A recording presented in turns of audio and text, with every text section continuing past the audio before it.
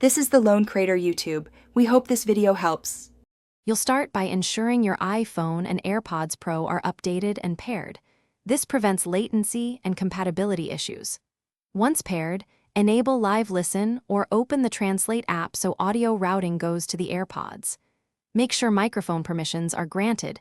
Without them, the app can't capture speech. If you use a shortcut, add it to Control Center for quick access. This immediate setup reduces friction and gets you into live translation without detours or repeated pairing steps. Now configure the active translation.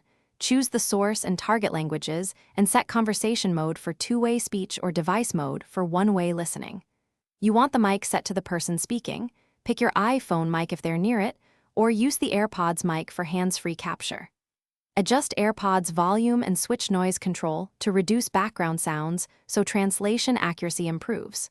Once done, tap the Translate button and speak clearly. The system will stream translated audio into your ears. To finish, stop the translation session and disconnect the AirPods to preserve battery. If you encounter lag or stuttering, first toggle Bluetooth and reopen the Translate app. This often clears audio routing hiccups. Make sure both devices remain within range and avoid heavy Wi-Fi congestion.